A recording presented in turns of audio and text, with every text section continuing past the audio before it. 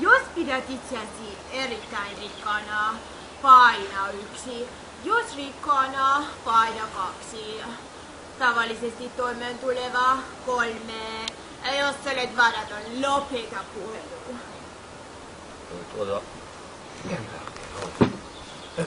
Paina se 2.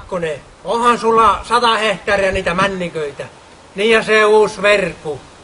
Niin ja se Nissanikin viime vuoden mallia. Ja ajamaton maastopyörä. Ja niin ja rahaakin pankissa. Paina se 2. Äkkiä nyt. Aine taas. Kaikkia sitä kysytään. Mitä se kelläkään kuuluu, mitä pankissa on? Naista tässä ollaan hakemassa, eikä mitään sijoitusneuvoja. No 2. Joo, 2.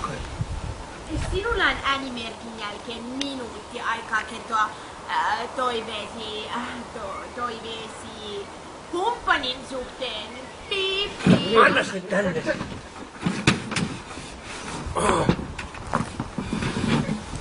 Semmonen reitävä nainen.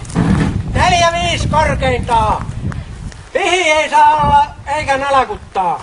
Semmonen sävysavaa. Työhön pystyvä ja hyvä ruoanlaittaja. Ja lapsista pitää tykätä ja rahan kanssa visu. Ja nauravanikin saa olla ja olis se hyvä, jos se osais hieroa vähän niskoja. Niin ja vähän muutenkin hieroa meinaa. Ja kotona pysyvä ja ehdottoman uskollinen.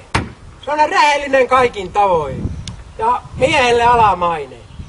Paremmin semmonen, että puhuu vasta sitten, kun on kysytty. Ja aamuvirkku pitää olla ehdottomasti ja jauhopeukalo. Mutta kieliä ei tarvitse osata. Ja ihan varatonkaan ei käy, eikä kauhean pitkä sais olla. Kiitos, soitan tänne. Palaamme lähipäivinä asiaan.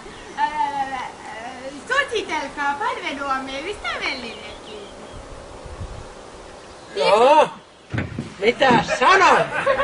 No, minkäs takia sä sanoit, että ei tarvitse kieliä osata?